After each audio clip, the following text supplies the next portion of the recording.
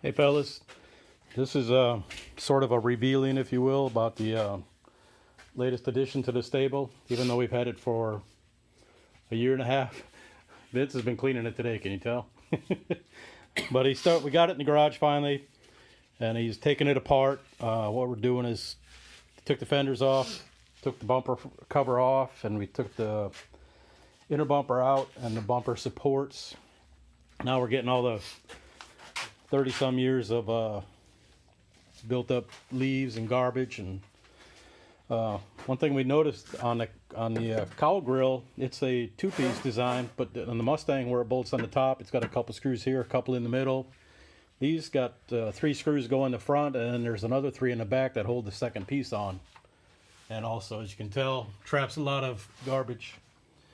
But we're gonna clean this off real good, put some coating on it so it don't rust, because growing up in Wisconsin I learned to hate rust. But this is getting Rod's old engine from his 86 GT, the Rust-Oleum project, at first, just to get it going.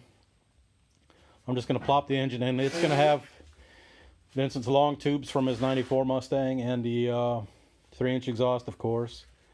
We'll probably dump bullets off the headers at first. And eventually the 331 will go into this. I've already got an 86 harness to put in. We're going to run speed density. Going to see if we can't beat Rod's record maybe with that engine. Of course, I'm not going to have an Explorer intake like he had with it and the speed density, trying to get it into the 7s. I've got something special, something unique, something retarded as fitting for me. So anyway, more on that. This is a V6 auto car. It had how many miles were on it, buddy? Like, wasn't that many. Of course, probably turned over. Got it in Tallahassee. The transmission was bad. No, 54. The story was the lady had it, gave it to her granddaughter.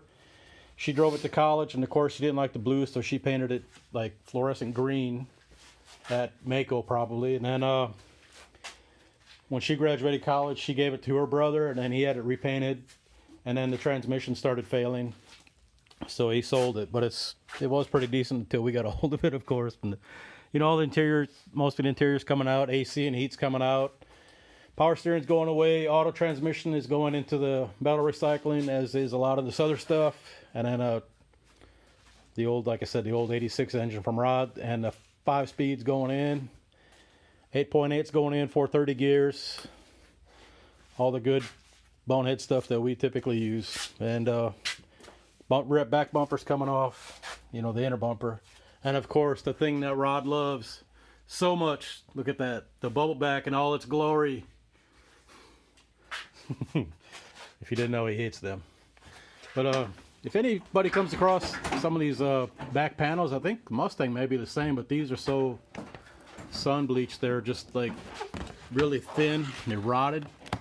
I thought we could fiberglass them at first, but they're pretty far gone. So if you see of any, let me know. We can try to pick them up. Doesn't matter about the color, we can rattle can it. And then Richard Sickles donated a hood scoop for us that he had. And FOMO Bros is a YouTube channel. Richard and Ray Sickles have it. There's some pretty good stuff on there too.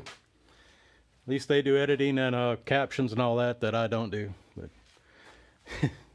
maybe I'll try to learn how one day. But anyway, that was it. Just wanted to show you all this thing. Later.